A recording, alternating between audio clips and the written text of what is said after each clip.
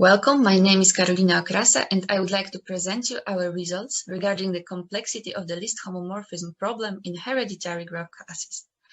This is a joint work with Paweł Rzążewski. For a given two graphs, G and H, a graph homomorphism is an edge-preserving mapping from the vertex set of G to the vertex set of H. Here's a small example with a graph G on the left and graph H on the right, and the vertex set of H is represented by the set of colors. So basically, in this case, we see that a homomorphism to a cycle C5 is just a proper 5 coloring with some additional restrictions. For example, no edge in G can have one endpoint mapped to yellow and one endpoint mapped to blue. If there exists a homomorphism from G to H, we denote it by arrow from G to H, and we write like this to denote that H is such a homomorphism. Note that if H is a k-clique, then homomorphisms to H are precisely the k-colorings of G. So graph homomorphisms can be seen as some generalization of graph colorings. And that's why we sometimes say that G is H-colorable. For a fixed graph H, we can consider a computational problem of deciding whether G is H-colorable. In our paper, we focused on a more general problem, a least homomorphism problem, where each vertex of the instance graph is additionally equipped with a list of allowed vertices of H on which it can be mapped. Observe that if H has a loop, say V, then the homomorphism problem is trivial, since we can always map all the vertices of G into V, and it's a relatively simple observation that this is always a homomorphism. Also, it's not hard to observe that this problem is polynomial time solvable when H is bipartite. A classic result by Hell and Nesetchil says that for all other graphs, the homomorphism problem is NP-complete, and it can also be shown that it admits no sub-exponential time algorithm, so no algorithm working in time 2 to the little o n, assuming the exponential time hypothesis. The least homomorphism problem is polynomial time solvable if H is a so-called Bayer graph, and otherwise, again, no sub-exponential algorithm exists, assuming the ETH. Note that in case of least homomorphisms, it makes sense to consider graphs H with loops, since we can have a situation that a vertex with a loop does not appear on some list, so we cannot map all the vertices on this vertex. And we want to focus on the ETH cases of LHOM H problem. The problem we try to approach is as follows. Can we hope for a faster algorithm if we assume that our instances are from some particular class of graphs? The study of complexity of graph problems in restricted graph classes has a long story, but it usually focuses on distinguishing between polynomial and NP-complete cases. And we study on which classes of graphs the least homomorphism problem becomes sub-exponential time solvable. And a nice family of graph classes we study are the so-called F3 graphs. So for a fixed graph H, an F3 graph is such that it does not contain F as an induced subgraph. More, a class of graph is hereditary if it's closed under vertex deletion. Being hereditary is a very useful property for designing algorithms, and it is known that each hereditary class of graphs can be uniquely characterized in terms of minimal forbidden induced subgraphs. And in particular, it means that each F3 graph class is hereditary.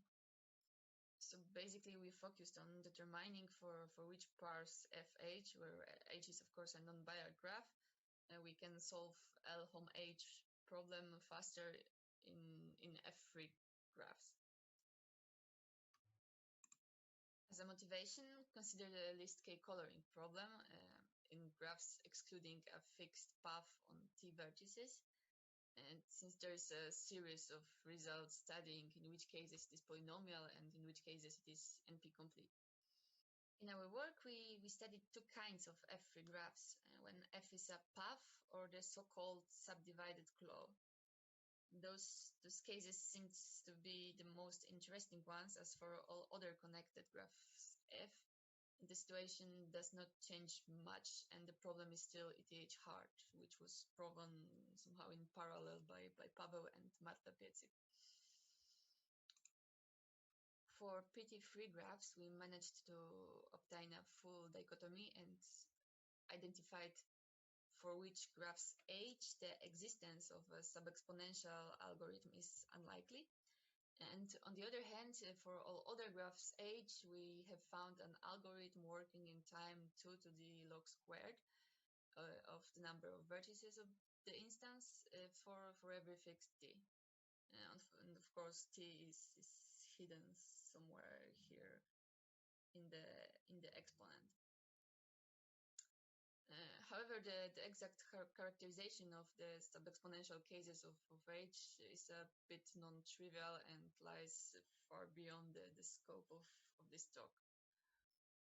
And for graphs excluding a sub-exponential claw, subdivided claw, the situation is a bit more complicated because in particular, if H contains a simple triangle, so K3, then the least homomorphism problem generalizes free coloring, which is known to be ETH hard even in line graphs, which are claw free, because basically it's edge coloring. So we can focus only on graph H on H's without simple triangles. We first restrict our attention to loopless graphs H because note that in such a case we can safely assume that G is triangle free. Otherwise, since H does not contain triangles nor loops, there is no way to map the triangle appearing somewhere in G to any vertices of H in an edge preserving way. So we can just safely report a no instance. And then we distinguish two cases. Either G has a vertex of high degree, and we just branch on assigning some vertex A to it and get our instance relatively simplified. Or we can assume that the maximum degree of our instance is small. And in the second case, we can use as structural results of Chudnovsky and Seymour about the existence of a certain decomposition of the subdivided claw-free graphs. We somehow mimic the other paper of Chudnovsky et al., at least the beginning of our method starts in a similar way. So basically, we find a small set X of vertices of G and consider the so-called extended strip decomposition of G minus X, such that each part of this decomposition, since we have no vertex of big degree, then we can bound the size of each part of this decomposition somehow. But then we observe also that since our instances are triangle free, then the obtained structure can be simplified and really simplified, and our graphs become basically fat paths or fat cycles, such that all those bugs are the sizes of those bugs are somehow bounded. And this way we obtain an algorithm. By this way I mean when we guess the H coloring of X and compute the solution of the remaining part using dynamic programming, and then we can obtain an algorithm working in time, in sub-exponential time, in time 2 to the O, in time like this, where n is the number of vertices of G. And this works, of course, for all fixed ABC. Yeah, but again, AB, those constants are hidden somewhere in the exponent.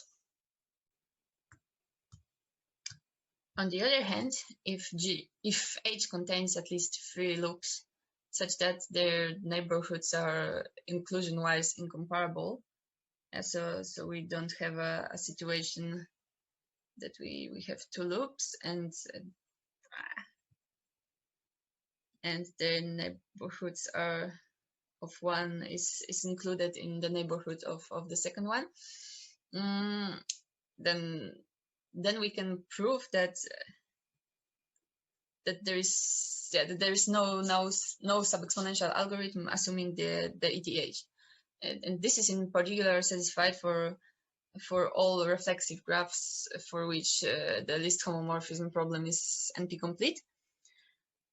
Yep. So we don't have a full dichotomy for all graphs H, but the only remaining open cases are just mixed graph H. Yeah. So with loops on some vertices, and those loops need to have their neighborhoods somehow comparable, or be at most 2 loops.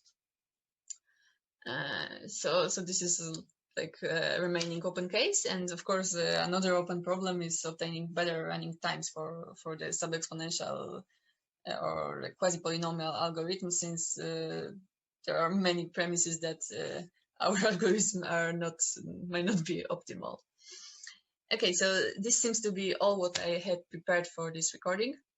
If you are interested by this topic, feel free to take part in the online component of this talk, which is scheduled to be the last talk on Wednesday, I believe. Thanks for your attention, and hopefully see you there. Bye.